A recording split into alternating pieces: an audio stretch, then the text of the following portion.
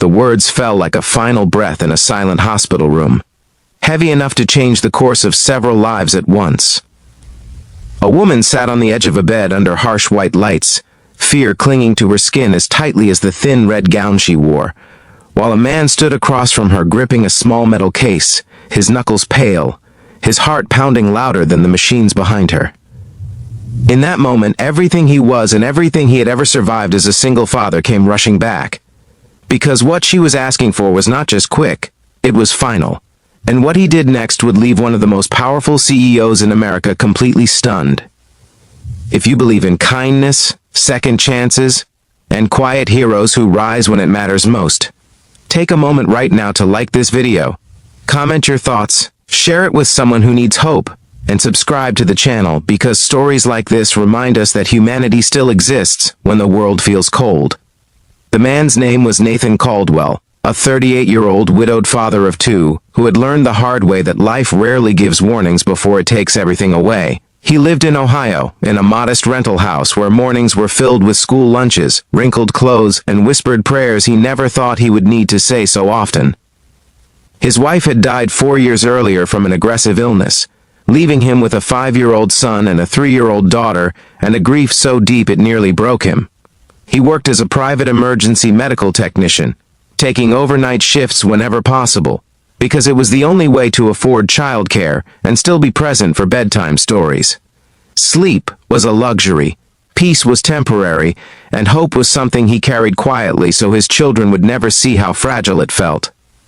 That night, Nathan had been called to a private hospital suite in Chicago, flown in under contract for a high-profile medical case. The woman waiting for him was named Margaret Whitmore, the powerful CEO of a multinational healthcare corporation, known across the country for her iron discipline and intimidating presence. She was wealthy beyond measure, respected by investors, feared by competitors, and painfully alone. Beneath her tailored public image was a woman who had spent decades building walls instead of relationships, and now those walls were closing in on her.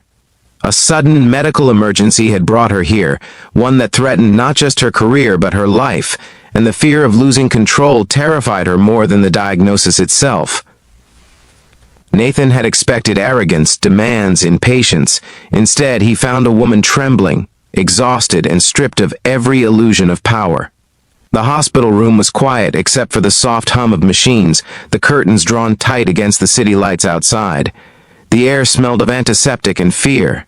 She sat upright, clutching the fabric at her chest, her eyes fixed on him, as if he were the last solid thing in a world slipping away. When she asked him to make it fast, her voice carried not command but surrender, and it sent a shock through Nathan's chest. He had seen fear before. He had held strangers as they bled. He had delivered babies in back seats and closed the eyes of people who never made it. But this was different. This was a woman who had spent her entire life in control, suddenly begging for release because she believed there was no other way out. Nathan felt his throat tighten as memories of his wife's final days flooded back. How she had tried to be strong, how she had asked him not to let her suffer, how helpless he had felt then. Nathan struggled internally because the protocol was clear, and so was the expectation. He was there to prepare her for a rapid emergency transfer procedure that carried significant risk. But as he looked at Margaret, he didn't see a CEO. He saw a human being drowning in fear, someone who had never learned how to be held by hope. His mind drifted to his children, asleep in their small beds back home, trusting him to always come back, to always choose life no matter how hard it became. In that instant, Nathan made a decision that went beyond training, beyond fear of consequences, beyond the invisible line separating obedience from compassion. Instead of rushing, he slowed everything down. He grounded himself, steadied his hands, and focused entirely on her breathing, her trembling, her humanity. He guided her through each step with calm presence, treating her not as a powerful executive, but as someone who deserved patience. Time seemed to stretch as the machines beeped steadily, the weight of the moment pressing down on him. Nathan risked his contract, his career, everything he had left, because something inside him refused to treat her life as disposable, even if she had already accepted that fate. Margaret noticed the change almost immediately. The rush she had expected never came. The cold efficiency she had prepared herself for never arrived. Instead, there was a gentleness that disarmed her, a steadiness that made the fear loosen its grip just enough for her to breathe again. Her mind raced through years of boardrooms and headlines, through sacrifices she had justified and people she had pushed away, and for the first time in decades, she felt seen without being judged or feared. The procedure took longer than planned, but it succeeded. When the crisis passed and the danger retreated, Margaret lay back against the pillows, drained yet alive, while Nathan quietly cleaned his equipment, his heart still racing. He expected reprimand, maybe termination, maybe legal consequences. He had broken the unspoken rule of efficiency over empathy, especially with someone as influential as her. What he did not expect was for Margaret to request his presence again the following morning. When dawn came, sunlight spilled into the room, revealing a different woman than the one from the night before. Margaret looked smaller, somehow less armored. She asked about Nathan's life, his children, his late wife. He spoke honestly, not dramatically, but with the quiet strength of someone who had survived things he never wanted to be strong enough to endure. As he talked about bedtime prayers and packed lunches and the fear of not being enough, something shifted inside her.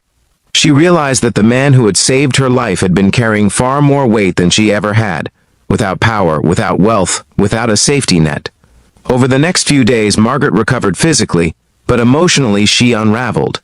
She reviewed reports, spoke to doctors, and eventually pulled Nathan's employment file. What she saw stunned her.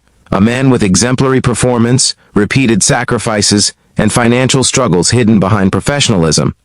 She learned that he had recently been denied a full-time hospital position due to scheduling conflicts related to childcare.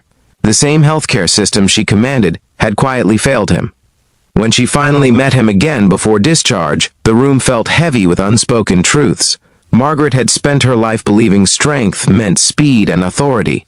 Nathan had shown her that strength could be patience, compassion, and choosing humanity when it was inconvenient.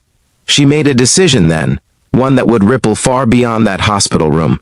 Weeks later, Nathan received a call that changed everything. A new program was being launched under Margaret's directive, designed to support single parents in emergency medical professions, offering flexible schedules, childcare support, and full benefits.